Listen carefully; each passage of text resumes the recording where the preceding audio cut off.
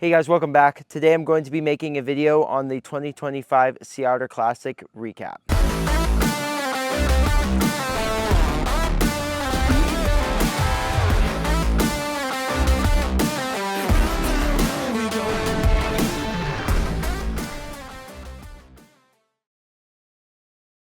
So I guess we'll start with the racing aspect of it. So for those of you that don't know, I did the Enduro and the downhill. This was my 4th year doing the Enduro. I've never done the downhill before, so I decided to give it a shot.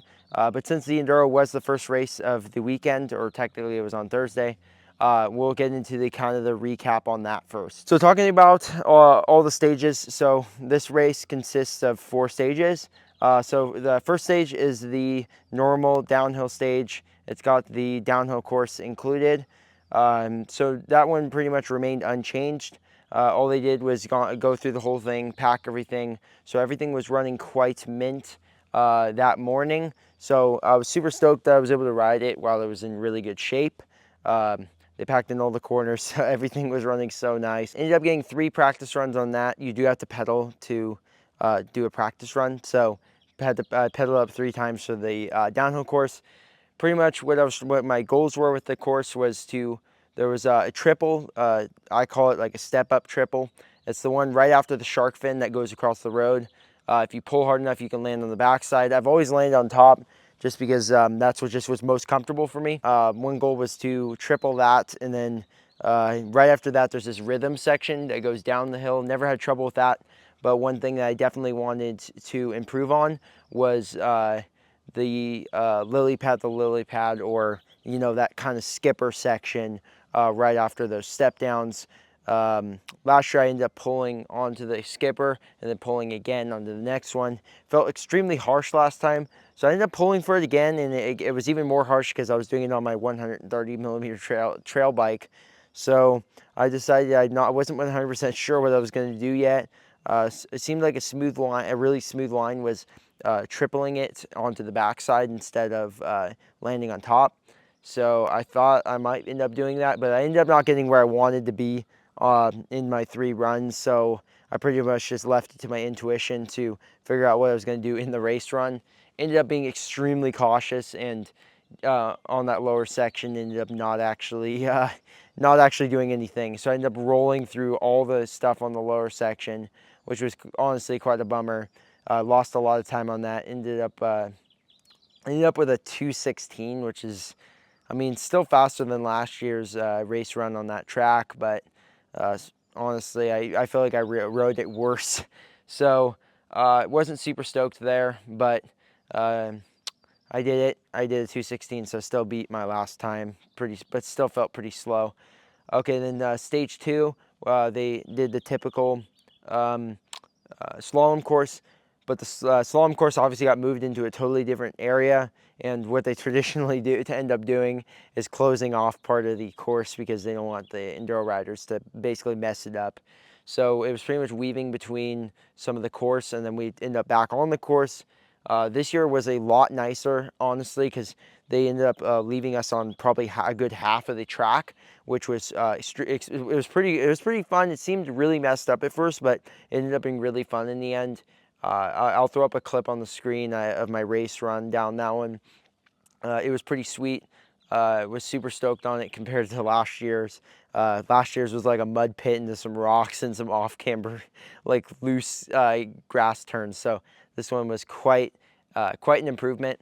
And then it gets worse once you get to stage 3. So stage 3 was kind of a joke. So I guess Otter never got an approval on getting the third trail. Normally the third one would be some four-door trail. I forgot what specific trail it usually is, but this year they ended up basically taking a lawnmower and just letting it go loose and see where it went. So you pretty much rode on like a rough, like mowed, off-camber grass path that was extremely pedally, and that was, oh my gosh, so I thought it was okay when I pre-rode it, but once you start pedaling through that, it's something else. So that course was by far it was not fun at all. But I got through it, and I felt like I put a decent time on that one. There was a couple lines I missed through it. Some people had some cut lines, but yeah, I felt pretty good overall. And then we got to stage 4. So stage 4 is what it was typically, except it starts off up top on a fire road, and you end up coming down, bombing down this fire road. It's like this marbly pit, or this marbly road, and there's this like, I didn't pre-ride this for the record, and there was this like sharp, not sharp, but like slight right-hand turn, and it was like off camber, like rocky, like you would be the most rashed up guy if you crashed on it. I went around that corner way too fast, started two-wheel drifting, like I almost stuck a foot out. Thankfully, I was able to catch myself, kept going, and then you have this extremely hard left turn into the actual single track, which I ended up doing another two-wheel drift with my foot out. So, you know, that was a fun time. But that's when they all went downhill. I basically was sitting in 7th right before the stage, and I got 6th last year in the same age class. So what I was really looking for was anything better than 6th. So I was really hoping to get podium. I think it was a top 5 podium for the Enduro. And, well, I knew I had to give it my all, and sadly I went around the turn and ended up breaking my chain. So at that point I knew it was all over. It was going to be pretty slow, but you know what, I decided to not give up, and I ended up running down the trail. Like, I wanted to actually place decent, so I was running and running and running, because I broke it right at the top section. This is mostly a flatter, like, pedally stage. You normally pedal a lot. Thankfully it wasn't like stage 3, which was super pedally. Yeah, I ended up running down, ended up sitting, I think I sat in like 22nd or 24th place out of like 30 something. I'll put the actual result on the screen. So I was really bummed about it. You know, I was really hoping to place pretty good in this race, so I knew coming into the downhill I really needed to up my game and try to get a better place and try to actually podium. But I signed up for expert 17, 18.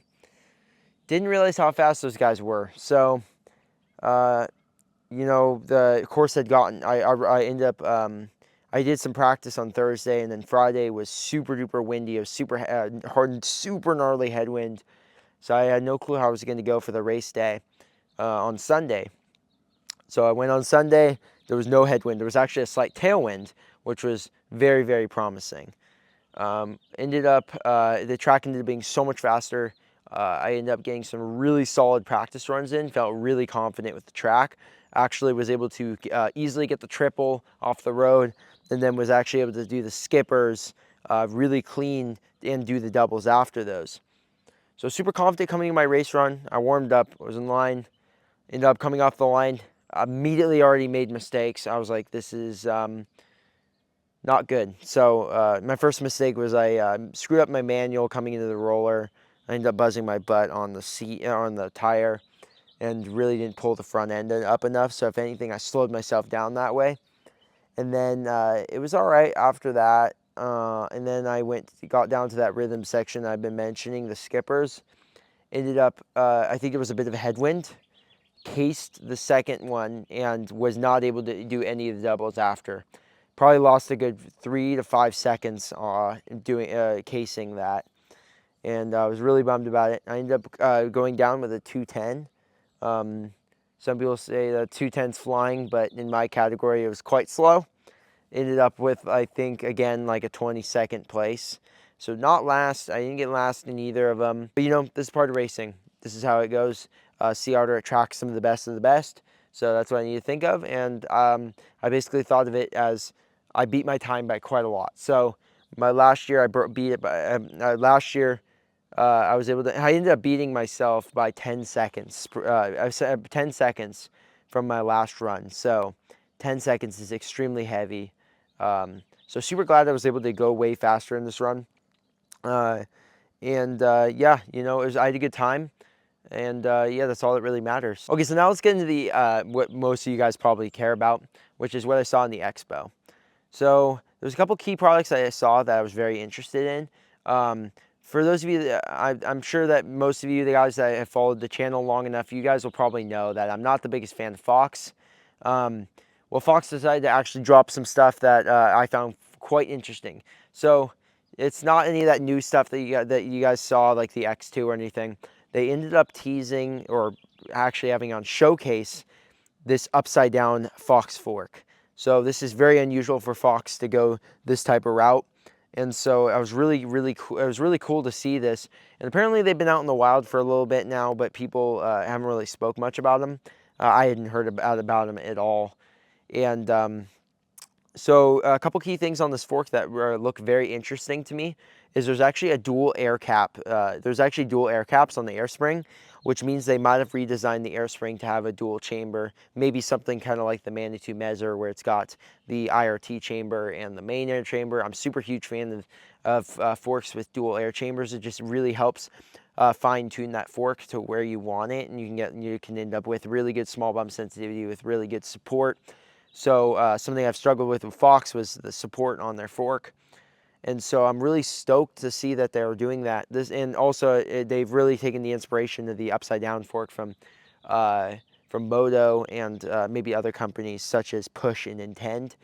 The benefits with going with a upside down fork are going to be something like the oil is always going to be getting into those foam rings and keeping everything really lubricated, versus a traditional fork. It's like all the oil ends up sitting on the bottom of the legs, which is not where you really need the oil. You need it up more towards the seals to keep everything running smoothly. So I'm really very curious to see how this fork ends up playing out. There's not even a name. They could barely say anything about the fork. I really wanted to know a little more, but they're very cagey about it right now because they're trying to keep it hush-hush. So yeah, super stoked to see that Fox is taking a different approach on the whole fork thing. So super stoked to see what they have in the future. Okay, so moving on to something else that I really stoked about, which was actually a bike release. So this was a long time coming, and teaser images and how Forbidden, the bike brand, is going to end up releasing their e-bike at Otter. And sure enough, they ended up bringing their new e-Druid. I think it was the e-Druid. So you guys might be thinking the Druid, where's the e-Dreadnought? Well, I think it actually has I think it's a bigger bike overall. It's more towards the Dreadnought, the Forbidden guy was saying. So it's going to be your more longer travel while being a full power e-bike. It has the DJI system in it, so it's definitely going to probably be on the lighter end spectrum in terms of full power e-bikes go. So super stoked to see that they came out with a high pivot e-bike. There's very limited options in terms of high pivot e-bikes. I think Trek makes one, Norco makes a couple, and I don't, like, some people like them, some people don't. And then now Forbidden makes one. So yeah, again, extremely excited to see what people think of this. I'm also curious to see the price point.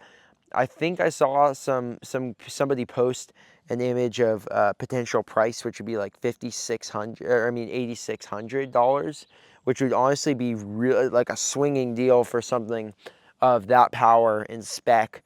But as we know, Forbidden seems to be dropping some pretty good deals on frames and stuff lately. So stoked to see the price on that not be anything super high. I guess we'll wait and be able to wait and see till we see the official price. Another thing that I saw that I thought was pretty cool, but it's been out for a bit now, was the Vivo 12-speed mountain bike drive system. So it's like this fully like billet machined aluminum, really high quality derailleur. And it's also got a really nice feeling shifter. So I got to, I didn't get to shift it or anything, but I went and kind of touched it and messed around with it a little bit. And that unit feels really premium overall. I'm not sure how it's going to compare to SRAM or Shimano. It's probably going to feel way smoother than either of those two. But I was also talking to one of the owners of one of these units, and he was saying that the guy was actually working on a direct UDH mount. So I'm curious to see if this can compete with SRAM's T-type mechanical, Eagle 90 system, if they end up coming out with that UDH mounted version of it. So yeah, I was super intrigued by it. It seems like it's going to be a really smooth and really refined unit. It's probably going to be super expensive, honestly. So we'll see how much it ends up costing once that comes out. But yeah, that's something that it was intriguing and something that I would definitely be interested in trying in the future. Okay, and then lastly, one thing that caught my eye at Sea Otter was the new range of Continental tires. So this has been a long-awaited thing. They came out with their gravity lineup, and everyone's been super pumped on them. I'm personally a huge fan of them. I use their downhill tires on my Enduro bike, and I've loved them ever since. They have a very predictable feel. They last forever. I have one that's 3 years old that I'm still using, and they're at a reasonable, well, I mean, very competitive price to Maxxis. So yeah, they came out with some XC tires, and they also came out with some more trail all mountain tires.